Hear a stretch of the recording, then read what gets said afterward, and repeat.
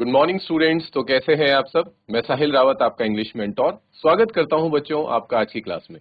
तो चलते हैं सीधा क्लास की तरफ। जैसा कि बच्चों आपको याद होगा, हम चैप्टर डिस्कस कर रहे हैं कौन सा, the making of a scientist, कि एक साइंटिस्ट की शुरुआत कैसे होती है, कोई कैसे एक साइंटिस्ट बन पाता है।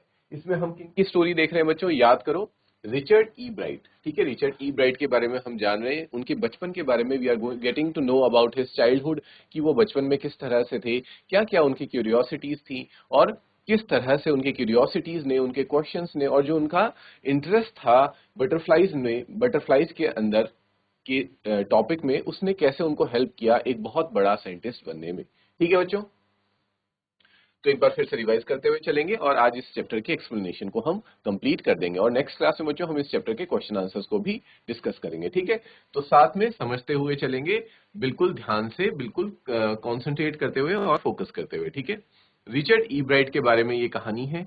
सबसे पहले हमें उनके बारे में थोड़ा सा इंट्रो दिया जा रहा है, उनकी किनके बारे में, अचीवमेंट्स के बारे में, कि क्या क्या उनके अचीवमेंट्स रही है। अचीवमेंट्स में बताया जा रहा है बच्चों, उनको सर्ल स्कॉलर अवार्ड मिला है, स्केरिंग प्लो अवार्ड मिला है, और किसके लिए, और हमें साथ ही साथ फील्ड भी बताई जा रही है, उनको मिला है बायोकेमिस्ट्री और मॉलिक्यूलर बायोलॉजी के लिए, ये दोनों अवार्ड्स उनको दिए गए हैं। ठीक है, अब हमें बताया जा रहा है कि इतने सारे अवार्ड्स उन्होंने लिए, लाइफ में बहुत सारी अचीवमेंट्स करी, पर उन सब की शुरुआत कहाँ से हुई।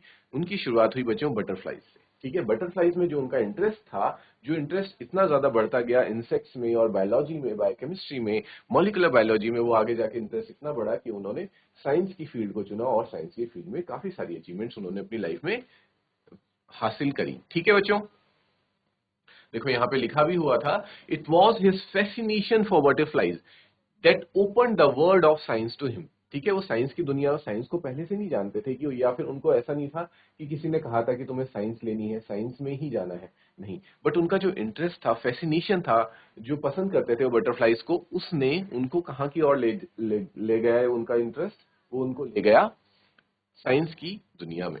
ठीक है बच्चों, आई होप यहां तक सभी को क्लियर था। फिर हम ये जानते हैं कि क्यों रिचर्ड ई ब्राइट के बारे में ही हम पढ़ रहे हैं। ठीक है, क्योंकि इस तरह से बहुत सारे साइंटिस्ट रहे होंगे जिन्होंने बच्चों जो बचपन से ही साइंस में काफी अच्छे थे, ऐसे बहुत से स्टूडेंट्स हैं, ऐसे बहुत से साइंटिस्ट रह चुके हैं, लेकिन हम रिचर्ड ई ब्राइट के बारे में ही क्यों पढ़ रहे हैं, वो क्यों खास है। वो खास इसलिए है, why is so special, is special because उन्होंने वो चीज अचीव करी जो बच्चों शायद और किसी ने शायद उनकी एज में अचीव ना करी हो। ठीक है, तो हमें बताया जाता है कि when he was at the age of 22, उनके द्वारा लिखा गया आर्टिकल को कहाँ स्पेस मिलता है, नेशनल एकेडमी ऑफ साइंस में उनको अपने आर्टिकल को सामने प्रेजेंट करने का एक अपॉर्चुनिटी मिलती है, जो कि उस वक्त उस एज के हिसाब से, according to that age, was kind of big achievement. और इस अचीवमेंट को किससे कंपेयर किया गया था स्टूडेंट्स, इस अचीवमेंट को कंपेयर किया गया था, if you would compare this achievement in terms of sports, तो स्पोर्ट्स में हम कुछ ऐसा कहेंगे, जैसे मान लीजिए कोई कोई there is a new player in the team, जिसको अभी अभी टीम में जगह मिली है, और वो सीधा आके इंटरनेशनल ही खेल रहा है, पहला इंटरनेशनल खेल रहा है अपनी करियर का, और अपने करियर के फर्स्ट ओवर में वो फर्स्ट बॉल पे क्या हिट कर देता है, 6 हिट कर देता है। ठीक है, तो ये अचीवमेंट कुछ उस हिसाब से थी, क्योंकि यहाँ पे जो ये जर्नल था बच्चों, ये it was a very reputed journal. यहाँ पे ऐसे ही कोई भी अपना आर्टिकल नहीं लिख सकता था। ठीक है, बहुत बड़े साइंटिस्ट वगैरह के ही आर्टिकल्स इसमें छपते थे, लेकिन ऐसा इतिहास में पहली बार हो रहा था कि किसी 22 साल के कॉलेज स्टूडेंट का आर्टिकल को इस नेशनल एकेडमी ऑफ साइंस, या फिर हम इस जर्नल में कह सकते हैं कि जगह मिल रही थी। ठीक है बच्चों, तो इसमें बताया जाता है उनके अचीवमेंट्स के भी बारे में, और फिर से एक बात दोहराई गई है कि and it all started with butterflies. मतलब बटरफ्लाइज को काफी ज्यादा क्या दिया जा रहा है, आप देख रहे होंगे, जोर दिया जा रहा है इस बात पे कि ये सारी चीजें, जितनी भी अचीवमेंट्स उन्होंने लाइफ में अचीव करी, और जो भी वो साइंस के दुनिया में कुछ भी हासिल कर पाए, लेकिन उन सब की शुरुआत कहाँ से हुई थी, सबकी शुरुआत हुई थी स्टूडेंट्स बटरफ्लाइज से। ठीक है, ये क्लियर है सभी को। बटरफ्लाइज से क्यों शुरुआत हुई थी, इसको भी हम धीरे धीरे जानेंगे। अब हमें थोड़ा सा उनके बचपन की ओर ले जाया जाता है। ठीक है, उनके चाइल्डहुड में ले जाते हैं और उनके बारे में हमें बताते हैं कि as only child Ebright grew up north of Reading Pennsylvania, कि जो ई ब्राइट है उनका जन्म कहाँ पे हुआ, और उनका लालन पालन, या फिर हम कह सकते हैं उनकी जो एजुकेशन थी, अर्ली एजुकेशन थी, वो कहाँ हुई। ठीक है, तो हमें बताया जाता है कि वो ओनली चाइल्ड थे, मतलब उनके कोई सिबलिंग्स नहीं थे, कोई भाई बहन नहीं था, वो सिंगल चाइल्ड थे अपने पेरेंट्स के। ठीक है, उनका जन्म हुआ था बच्चों रीडिंग टाउन में, कहाँ पे, पेंसिल्वेनिया। और पेंसिल्वेनिया कहाँ आता है स्टूडेंट्स? पेंसिल्वेनिया है आपका यूएसए में, यूनाइटेड स्टेट्स ऑफ अमेरिका में पेंसिल्वेनिया आता है। ठीक है, there was not much I could do there. अब वो कहते हैं कि साइंस की तरफ ही वो क्यों गए? ठीक है, वैसे तो करने के लिए बच्चों के पास बहुत ऑप्शंस है। फॉर एग्जांपल जैसे यूएसए जैसी डेवलप्ड कंट्रीज में तो काफी सारे ऑप्शंस है बच्चों के पास जिस फील्ड में वो जा सकते हैं। लेकिन वो बताते हैं क्योंकि वहां पे उस शहर में, रीडिंग टाउन में, करने के लिए कुछ ज्यादा कुछ था नहीं। ठीक है, फुटबॉल भी वहां खेलने की ज्यादा फैसिलिटीज नहीं थी, बेसबॉल भी नहीं थी। तो फिर मैं क्या करता? तो मैंने क्या करना शुरू किया? मैंने शुरू किया चीजों को कलेक्ट करना। I started collecting things. ठीक है, मैं चीजें कलेक्ट करना शुरू कर देता हूँ। फिर बताया जाता है कि सबसे पहले क्या कलेक्ट करना शुरू करते हैं जब वो किंडर गार्डन में थे। ठीक है बच्चों, किंडर गार्डन यानी कि जिसे हम केजी बोलते हैं, जब उस क्लास में थे वो, तो वो क्या स्टार्ट करते हैं कलेक्ट करना? बटरफ्लाइज। ठीक है, और सिर्फ ऐसा नहीं है कि बटरफ्लाइज ही वो कलेक्ट करते हैं, he also collected rocks, fossils and coins. Coins को भी वो कलेक्ट करते थे। ठीक है, और उसी के साथ साथ वो एक ईगर एस्ट्रोनॉमर भी बन गए। ठीक है, ईगर एस्ट्रोनॉमर, ईगर का मतलब होता है बच्चों जिसमें बहुत ज्यादा इंटरेस्टेड हो। ठीक है, आपकी बहुत ज्यादा दिलचस्पी हो किसी चीज में। तो उनकी दिलचस्पी किस में थी? स्टार्स में, स्काई में। ठीक है, स्टार गेजिंग करने में। यहाँ पे कहा भी गया है कि वो पूरी रात भर क्या करते रहते थे? स्टार गेजिंग करते रहते, यानी कि आसमान की तरफ देखते थे। किससे? अपने टेलीस्कोप की हेल्प से। क्लियर है बच्चों? यहां तक is there any doubt till here? Okay, very good. आगे बढ़ते हैं स्टूडेंट्स।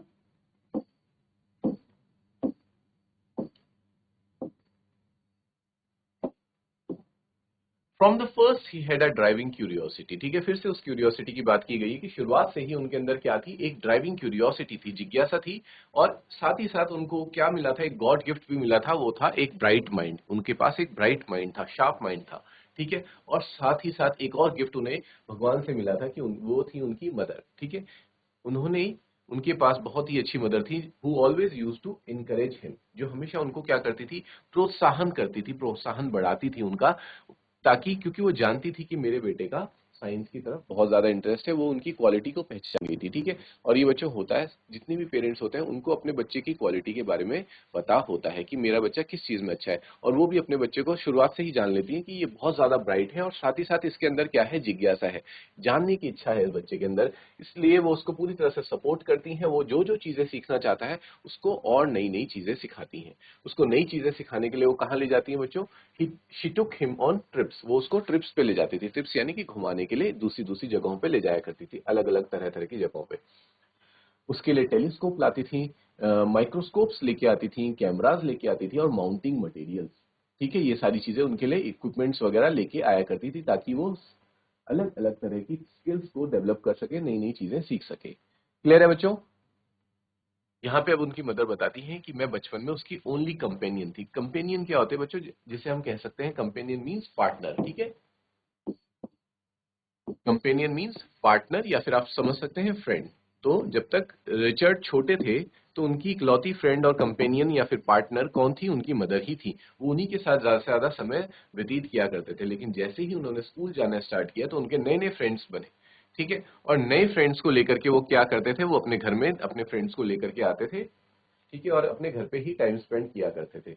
बट उनकी मदर बताती हैं कि रात के वक्त वो लोग हमेशा साथ मिलकर ही डिनर करते थे। और डिनर करने के बाद, डिनर में भी वो दोनों मिलजुल के ही सारे काम किया करते थे। जैसे कि सिर्फ और सिर्फ मदर अकेले काम नहीं करती थी, वो रिची से भी काम करवाती थी, ताकि रिची भी काम करना, घर के काम करना सीखे। ठीक है, उसमें नई नई चीजें सीखे, कुकिंग सीखे, डिश वॉशिंग सीखे, यानी कि बर्तन धोना।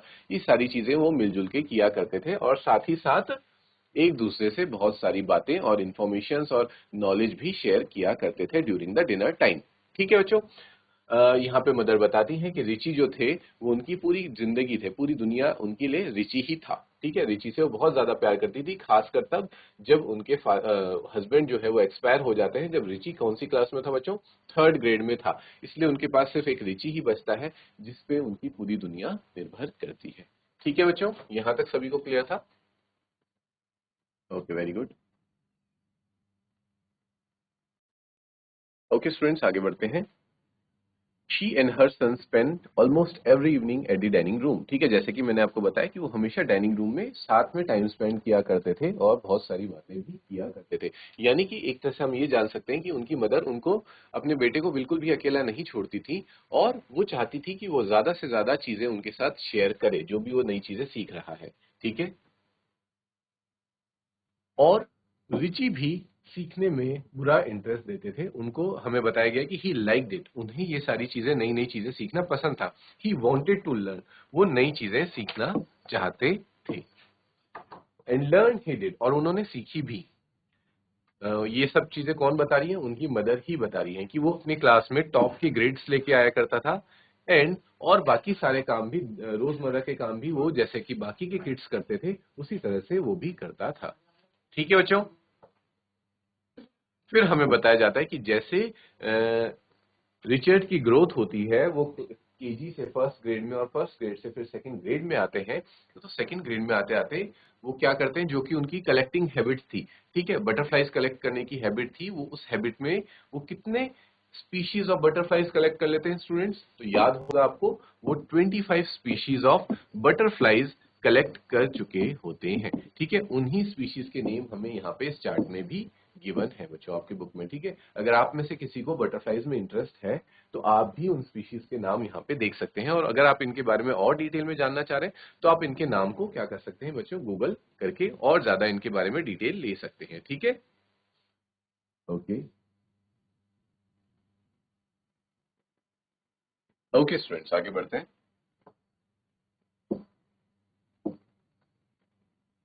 और वो ये बताते हैं, जब मैंने 25 स्पीशीज, जितनी भी स्पीशीज वहां पे अवेलेबल थी, वो सारी की सारी क्या कर ली, कलेक्ट कर ली। और जब ये मैंने कलेक्ट कर ली तो शायद मेरे इस कलेक्शन का एंड हो जाता, लेकिन तभी उनकी मदर ने उनको ला करके एक बुक दी। उस बुक का नाम क्या था बच्चों? Travels of monarch x. ठीक है, इस बुक में उनको ये पता चलता है कि जो बटरफ्लाइज है, सिर्फ और सिर्फ उनको कलेक्ट करने से ही बात नहीं बनेगी, बल्कि मुझे ये भी देखना पड़ेगा कि जो ये बटरफ्लाइज है, खासकर जो मोनार्क बटरफ्लाइज है, वो कितना दूर तक ट्रेवल करती हैं। क्योंकि उस बुक में लिखा हुआ था कि ये मोनार्क बटरफ्लाइज जो है, दे आर माइग्रेटरी बटरफ्लाइज। और माइग्रेटरी बटरफ्लाइज या माइग्रेटरी बर्ड्स के बारे में बच्चों आपने पढ़ा होगा, जो सीजन टू सीजन बहुत दूर तक क्या करती हैं, ट्रेवल करती हैं। ठीक है, और फिर वापस आती हैं दूसरे सीजन में। ठीक है, तो इसलिए इस चीज को जानने के लिए फिर से वो क्या करते हैं, अपने इस पैशन को आगे कंटिन्यू करना शुरू कर देते हैं। ठीक है बच्चों, और ऐसा करने के लिए वो किससे हेल्प मांगते हैं? जिसकी उन्होंने बुक पढ़ी थी। और बुक के ऑथर कौन थे बच्चों? डॉक्टर फ्रेडरिक ए अर्कहार्ट। ठीक है, ए अर्कहार्ट ने अपनी बुक के एंड में ये लिखा था कि जो इस रिसर्च में मेरी हेल्प करना चाहता है, जो ये देखना चाहता है कि जो मोनार्क बटरफ्लाइज है वो कितने दूर तक ट्रेवल करती हैं और क्या वो वापस आती हैं, तो वो क्या कर सकता है, इन बटरफ्लाइज के विंग्स में एक टैग लगा सकता है। और जिसको भी ये चीज करनी है वो मुझे लेटर लिखे और मैं रिटर्न में उसको वो टैग्स भेजूंगा। ठीक है, तो रिची भी ये चीज करना चाहते थे कंटिन्यू, इसलिए वो अपनी मदर से कहते हैं और उनकी मदर एक लेटर लिख के देती है। किसको? अर्क हार्ट को लेटर लिखती हैं, और अर्क हार्ट उसके रिटर्न में उनको टैग्स दे देते हैं। ठीक है, तो फिर रिचर्ड क्या करते हैं बच्चों, टैग्स लगाना शुरू कर देते हैं बटरफ्लाइज में। ठीक, और ऐसा करते करते काफी समय बीत जाता है, पर फिर कुछ टाइम बाद रिचर्ड को ये महसूस होता है कि the plan that he is working upon, ठीक है, कि जिस प्लान पे वो काम कर रहे हैं, कि इस तरह से वो एक एक बटरफ्लाई को पकड़ेंगे और उस पर टैग लगाएंगे, तो इट इज यूजलेस और इसमें बहुत ज्यादा टाइम भी वेस्ट हो रहा है। ठीक है, इसलिए वो क्या करते हैं, he uses the another plan, वो दूसरे प्लान की सहायता लेते हैं। और उस प्लान के अंतर्गत वो क्या करते हैं बच्चों, वो क्या करते हैं, फीमेल मोनार्क बटरफ्लाइज को कलेक्ट करते हैं पहले। ठीक है, फिर उनको क्या करवाते हैं, उनके जो एग्स होते हैं उनको कलेक्ट करते हैं। और फिर हमने देखा था ये जो साइकिल होती है एग्स वाली, ये कैसे चलती है बच्चों, आप याद करो।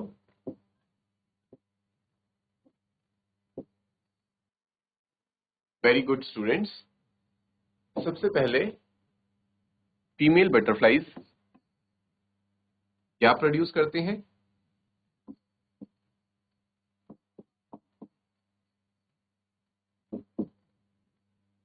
एग्स प्रोड्यूस करते हैं।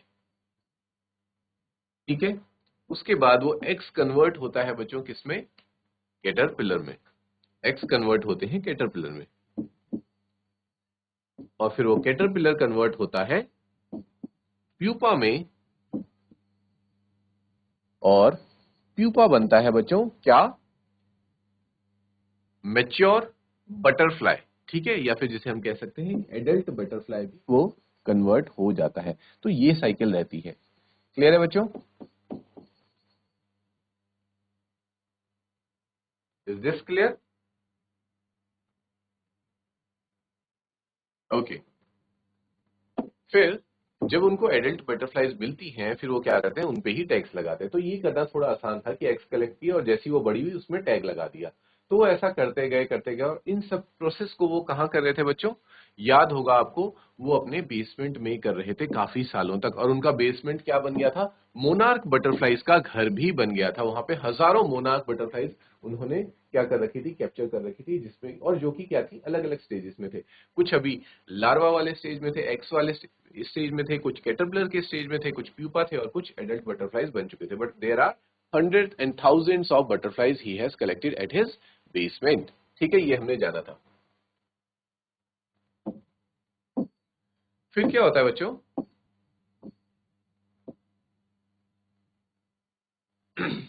फिर कुछ साल बीत जाते हैं, ये ऐसा करते करते टैक्स लगाते लगाते, लेकिन धीरे धीरे ये प्लान भी जो ई ब्राइट है उनको क्या लगने लग जाता है, यूजलेस लगने लग जाता है। क्योंकि बच्चों आज तक जितने भी थाउजेंड्स ऑफ बटरफ्लाईज में उन्होंने टैग्स लगाए थे, लेकिन उनको सिर्फ और सिर्फ अपनी टैग लगाई हुई बटरफ्लाईज जो वापस आई वो कितनी मिली?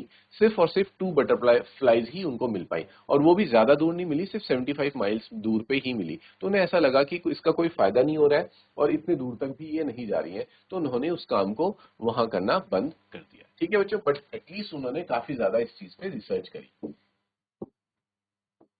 क्लियर है बच्चों? स्टूडेंट्स, उसके बाद क्या होता है, ऐसी चीजें चलती रहती हैं और फिर रिचर्ड आ जाते हैं अब 7th ग्रेड में। और जैसे ही वो 7th ग्रेड में आते हैं, उनके स्कूल में क्या होता है, एक साइंस फेयर होता है। हमने देखा था विज्ञान मेला होता है, लेकिन अनफॉर्चुनेटली उस साइंस फेयर में जो हमारे रिचर्ड हैं वो क्या हो जाते हैं, हार जाते हैं। और उनके हारने के पीछे क्या कारण था?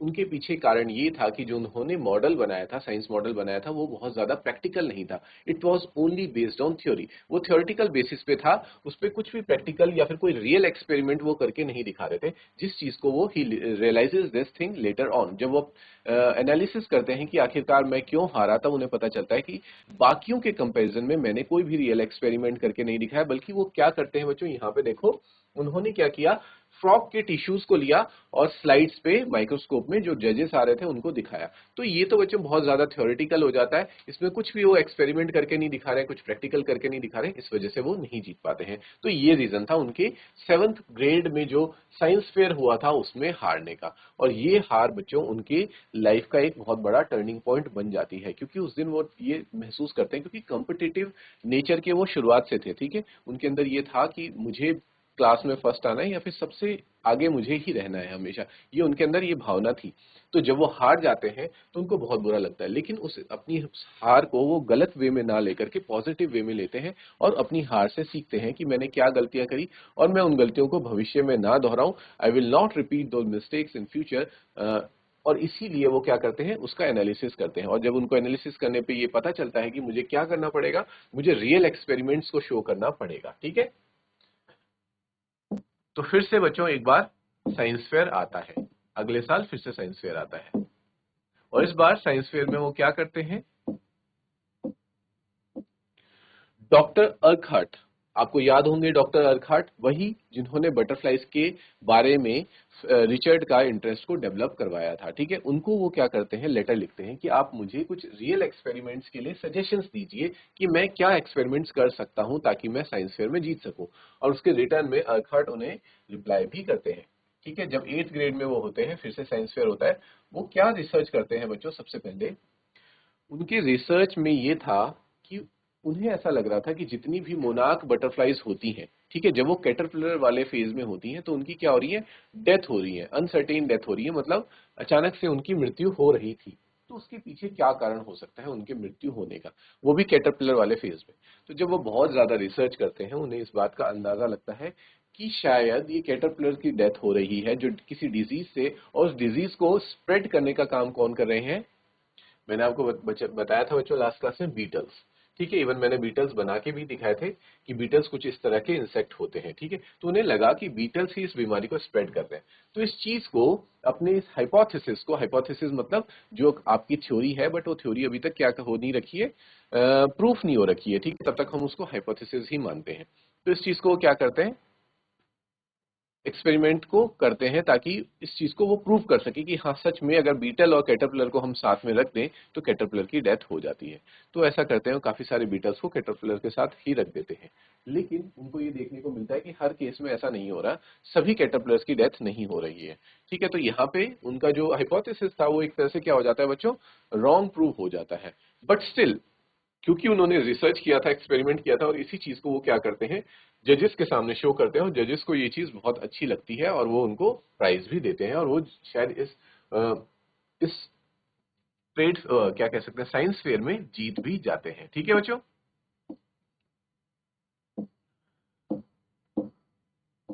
अब बच्चों नेक्स्ट ईयर फिर से साइंस फेयर आता है, ठीक है। और इस बार साइंस फेयर में वो जो अपना टॉपिक लेते हैं, रिसर्च का टॉपिक जो उनका होता है, वो क्या होता है स्टूडेंट्स, वो होता है मोनार्क बटरफ्लाइज और वाइसरॉय बटरफ्लाइज के बारे में।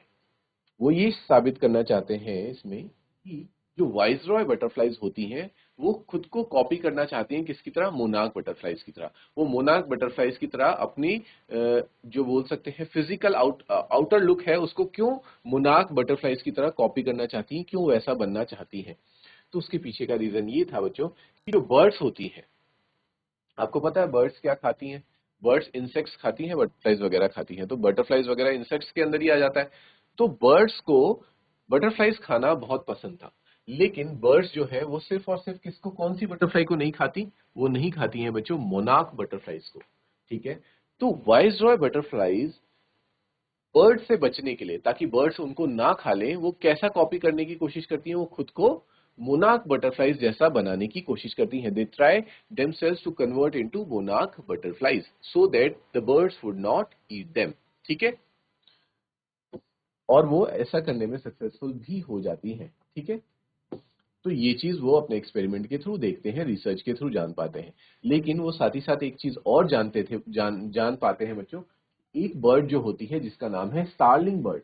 स्टार्लिंग बर्ड को सिर्फ और सिर्फ मोनार्क बटरफ्लाइज ही खाना पसंद होता है, इसलिए स्टार्लिंग बर्ड्स वाइसरॉय बटरफ्लाइज को मोनार्क समझ के भी कई बार खा लेती थी, ठीक है। तो ये सारी चीजें उन्होंने अपने एक्सपेरिमेंट में शो करी, और इसके थ्रू भी उनको क्या मिला कि this project was placed first in the zoology division and third overall in the county science fair। उनको फर्स्ट प्राइज मिलता है उनके इस एक्सपेरिमेंट को, इस प्रोजेक्ट को जूलॉजी डिवीजन में, और थर्ड प्राइज मिलता है या फिर थर्ड प्लेस मिलती है काउंटी साइंस फेयर में, ठीक है। तो इस बार भी बच्चों उनको कुछ ना कुछ अवार्ड और प्राइजेस मिलते ही हैं, ठीक है। यहां तक क्लियर है सभी स्टूडेंट्स को? ओके स्टूडेंट्स, आगे बढ़ते हैं।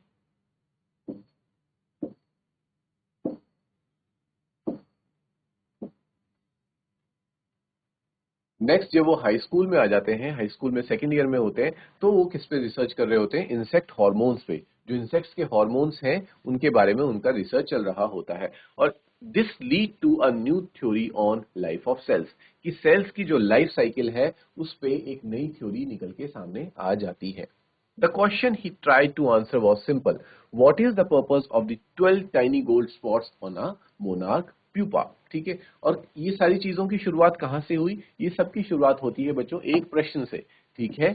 उनके दिमाग में एक क्वेश्चन आता है, और वो क्वेश्चन ये था कि जो मोनार्क प्यूपा होती है, ठीक है, जो मोनार्क बटरफ्लाइज का जो प्यूपा वाला फेज होता है, स्टेज होता है, उसमें 12 टाइनी गोल्ड स्पॉट्स क्यों मौजूद रहते हैं, ठीक है। तो देखो, इस एक प्रश्न पूछने से कितनी बड़ी थ्योरी सामने निकल के आती है। इसलिए कहा जाता है बच्चों कि you should always be curious in life, ठीक है। आपको हमेशा क्यूरियस बने रहना है, अपनी जिज्ञासा को हमेशा क्या रखना है, जिंदा रखना है, और क्या करना है, और ज्यादा उसको आगे बढ़ाना है, ठीक है। You should always be curious, आपको क्वेश्चंस पूछते रहना चाहिए आपके। और क्वेश्चंस आप कब पूछ पाएंगे, जब आप किसी चीज को ध्यान से समझेंगे। जब आप ध्यान से ही नहीं समझेंगे तो आप क्वेश्चंस नहीं पूछ सकते। जब आप ध्यान से समझते हैं, आपको डाउट्स आते हैं, तब आप क्वेश्चन पूछते हैं, और हो सकता है बच्चों उस क्वेश्चन के थ्रू आप बहुत सारे आंसर्स जान सके, क्योंकि क्वेश्चन में ही आंसर्स छिपे रहते हैं, ठीक है। इस तरह से इस क्वेश्चन से बहुत सारी चीजें आगे सेल थ्योरी के बारे में निकल के आती हैं। Everyone assumed the spots were just ornamental. Ebright said, but Dr. Urquhart did not believe it. Richard कहते हैं कि सबको ऐसा लगता था कि जो ये 12 टाइनी गोल्ड स्पॉट्स हैं ये सिर्फ और सिर्फ ऑर्नामेंटल है, यानी कि मतलब एक सजावट के लिए है या फिर जस्ट ऐसे ही है लुक्स के लिए। लेकिन जो डॉक्टर अर्कहार्ट थे वो इस बात पे बिलीव नहीं करते थे कि ये सिर्फ सजावट के लिए नहीं है, ये उनकी लुक्स के लिए नहीं है। ठीक है, to find the answer a bright and another excellent science student first had to build a device that showed that the spots were producing hormone necessary for the butterfly's full development। ठीक है, doctor अर्कहार्ट इस बात को believe नहीं करते थे, भले ही वो इस चीज को प्रूव नहीं कर पाए थे कि ऐसा क्यों है, लेकिन वो इस बात पे नहीं मानते थे कि that these spots are just ornamental, वो नहीं मानते थे। और ईब्राइट को ऐसा लगता है कि क्योंकि ईब्राइट डॉक्टर अर्कहार्ट को क्या मानते थे, like he considered him as his teacher, अपने टीचर मेंटोर की तरह डॉक्टर अर्कहार्ट को कंसीडर करते थे। इसलिए उन्हें लगता था कि जो मेरे मेंटर कह रहे हैं वो शायद सही कह रहे हो, बट मुझे उसके पीछे का रीजन जानना होगा। और उस रीजन को जानने के लिए वो क्या करते हैं, कुछ और अपनी तरह ही टैलेंटेड और ब्राइट स्टूडेंट्स की क्या बनाते हैं, एक टीम बनाते हैं। ठीक है, टीम बना के उस पर रिसर्च करना शुरू कर देते हैं। और जो वो रिसर्च करते हैं बच्चों, उसमें उनको पता चलता है कि ये सच में ये जो टाइनी स्पॉट्स है, they are not just ornamentals but they help in producing a hormone, बल्कि ये एक हार्मोन को प्रोड्यूस करने में हेल्प करते हैं। और वो हार्मोन क्या करता है बच्चों, इन बटरफ्लाइज की डेवलपमेंट में हेल्प करता है। जो बटरफ्लाइज डेवलप हो रही है एग से कैटरपिलर में, कैटरपिलर से प्यूपा में और प्यूपा से एडल्ट बटरफ्लाई में, ये जो ग्रोथ हो रही है उनके अंदर, ये किसके थ्रू हो रही है, इसी हार्मोन के थ्रू हो रही है। जो हार्मोन कहां से सीक्रेट हो रहा है बच्चों, इन टाइनी स्पॉट से सीक्रेट हो रहा है। यहां तक सभी को क्लियर है? Is there any doubt till है? Okay, very good.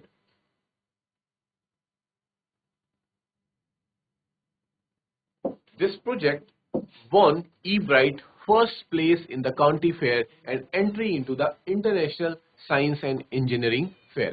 इस प्रोजेक्ट की वजह से बच्चों, जो अभी तक उनको थर्ड प्लेस मिली थी पिछले साल काउंटी फेयर में, इस बार उनको कौन सी प्लेस मिल जाती है, फर्स्ट प्लेस मिल जाती है बच्चों। क्योंकि ये अपने आप में एक बहुत बड़ी एक काइंड ऑफ डिस्कवरी कह सकते हैं, या फिर काफी बहुत नई चीज उन्होंने सामने रखी थी। इस वजह से उनको फर्स्ट प्लेस मिलता है और साथ ही साथ उनको एक डायरेक्ट एंट्री मिलती है कहाँ पे, international science and engineering fair में उनको एक एंट्री मिल जाती है कि वो वहां जाके पार्टिसिपेट कर सकते हैं।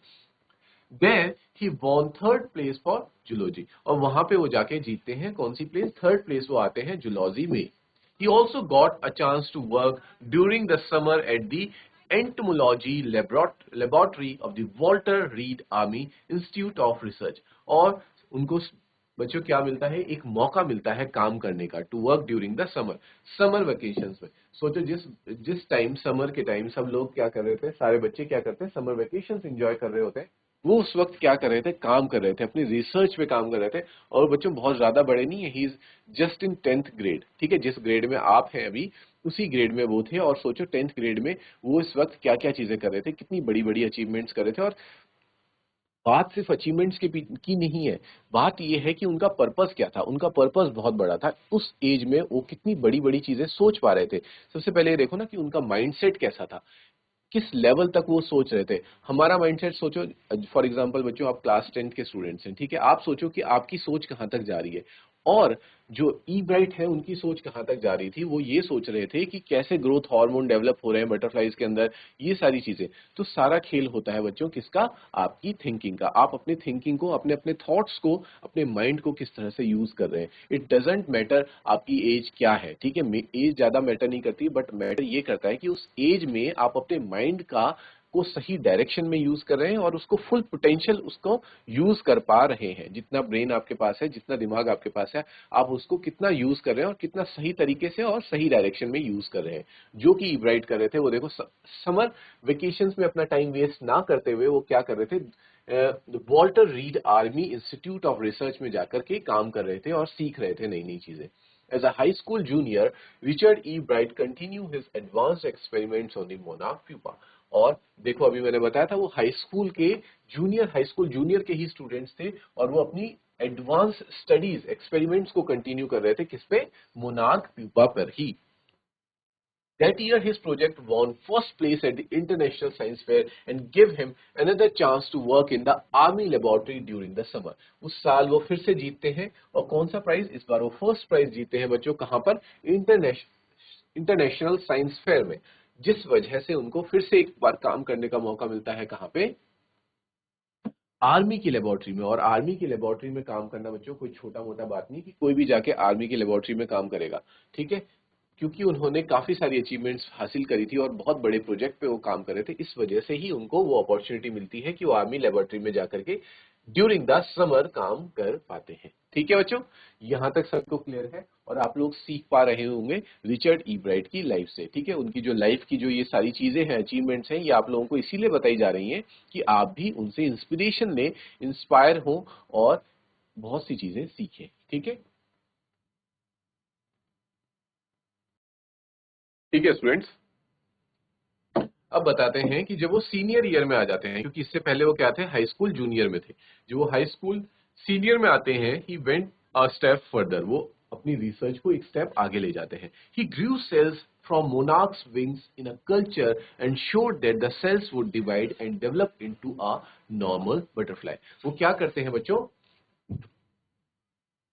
वो क्या करते हैं, सेल्स को ग्रो करते हैं। ठीक है, अब बाकी वो क्या करते हैं, कैसे ग्रो करते हैं, ये सारी चीजें हम देखेंगे बच्चों नेक्स्ट क्लास में। आज की क्लास को हम यहीं पे एंड करेंगे। ठीक है, यहां तक हमने जितना पढ़ा है बच्चों वो आप लोगों को ढंग से रिवाइज करना है। आपको ये सब सारी चीजें नोट करनी है कि कौन सी ग्रेड में उनको कौन कौन से अवार्ड मिले, और सबसे मोस्ट इंपॉर्टेंट चीज है कि कौन से ग्रेड में उनका जो रिसर्च टॉपिक था क्या था। जैसे कि सेकंड ग्रेड में जब वो थे तो वो क्या कर रहे थे, जब वो थर्ड ग्रेड में आते हैं तो उन्होंने क्या किया, सेवंथ ग्रेड में जिस प्रोजेक्ट में, जिस मॉडल में वो हार जाते हैं, उसका टॉपिक क्या था, फिर एट्थ, नाइन्थ और टेंथ जैसे हाई स्कूल जूनियर का प्रोजेक्ट उनका क्या था, और इसके बाद हम नेक्स्ट क्लास में हाई स्कूल सीनियर भी पढ़ेंगे। तो ये सारी चीजें आपको याद रखनी है, थोड़ा डिफिकल्ट है, बट अगर आप ध्यान से पढ़ेंगे, इंटरेस्ट के साथ पढ़ेंगे, तो you will definitely learn a lot of things. ठीक है बच्चों, तो मिलते हैं नेक्स्ट क्लास में। Till then take care, have a good day and thank you students.